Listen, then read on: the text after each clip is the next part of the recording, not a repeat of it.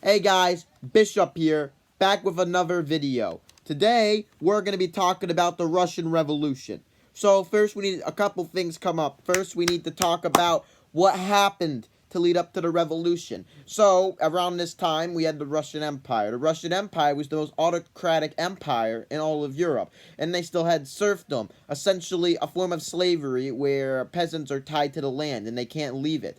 While this was happening, the peasants, of course, decided they didn't want to do this, so they started doing liberalizing and stuff. And the Russian government was like, you can't liberalize. And they went, okay, we'll peacefully protest. Then the Russians went, we'll just shoot you while you're peacefully protesting. That led to the Russian peasants deciding to radicalize, because when moderation doesn't work, then you have radicalization. So the radicals came into power under the Bolsheviks. Now, the Bolsheviks came into power because, it was an idea that was established by a German philosopher called Karl Marx. Now, Karl Marx wrote a book detailing something called the Communist Revolution, right, and communism.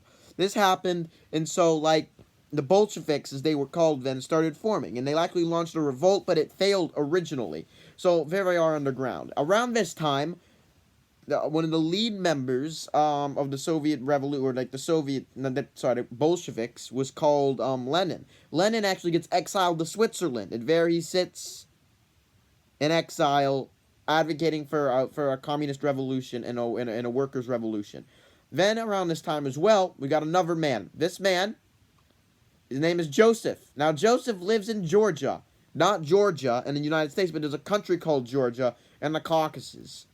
Now Georgia was part of the Russian Empire, and this man, Joseph, had an abusive childhood, and father beat him, and he was supposed to become a priest. So while he's actually in a seminary going to become a priest, he learns about communism, and next thing you know, he gets kicked out of seminary for doing lots of radical things. Then he becomes like a revolutionary in Russia, going around doing terrorist attacks. Around this name, he adopts the name Stalin, which is actually steal in Russian. So now, do you have Joseph Stalin, this minor revolutionary? So, World War One happens, and the Bolsheviks are still underground doing terrorist attacks. Around this time, there is this guy. This guy, name is Wilhelm. Wilhelm is the Kaiser of Germany. He goes, I got an idea that can help get Russia out of the war. Let's take Lenin and Switzerland, put them on a train, and send them back to Russia. They do that, and a couple months later, there's a huge Russian revolution, and they have to pull out of the war. So they pull out of the war, right? Well, no. They sign a ceasefire agreement, and when they sign the ceasefire, there's this democratic government that comes into power. And when the democratic government comes into power, they actually continue the war. And so they would end up losing the war, and because they lost the war, the Soviets would want to come into a new position of power. So the Soviets here are in this new position of power, and under Lenin. And Lenin starts doing things like getting rid of alcohol and all the other things that aren't good for the communist revolution. So all this stuff happens, and Lenin dies, poisoned by Stalin. So Stalin then fights this political war with another man called Trotsky, who wanted to establish a world revolution, but Stalin kind of just wanted to have the revolution in Russia, kind of to make his own power base. And he actually wins this election, and then he starts purging everyone that supported Trotsky and everyone that didn't like him. So all these people get purged. It's not good. Stalin gets into power, and then he starts establishing that doctrine of communism, which becomes known as Stalinism, which is the only kind of communist thing we see today. No democracy, just kind of an authoritarian dictatorship where it has lots of purges and has a very unsuccessful economies, except for, of course, the Chinese economy, which is actually doing good because they.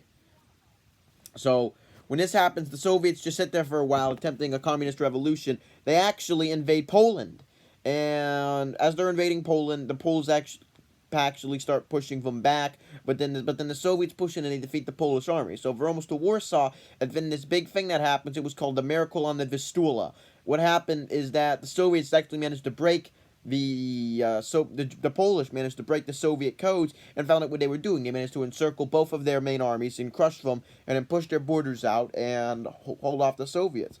Of course, the Soviets sit there, and Stalin begins industrialization, establishing camps everywhere. Many things happen. Then, of course, we have the Second World War roll around. Stalin had signed an agreement with Hitler. He invaded the Baltics. He invaded Finland and took all his territory. Then Operation Barbarossa happens. The Soviets start losing. I've already covered a lot of his topic in my video on the Eastern Front, what happened in the war. But essentially, it went well for the Germans at first. Then the Soviets won a couple major battle of attritions and ended up winning the war.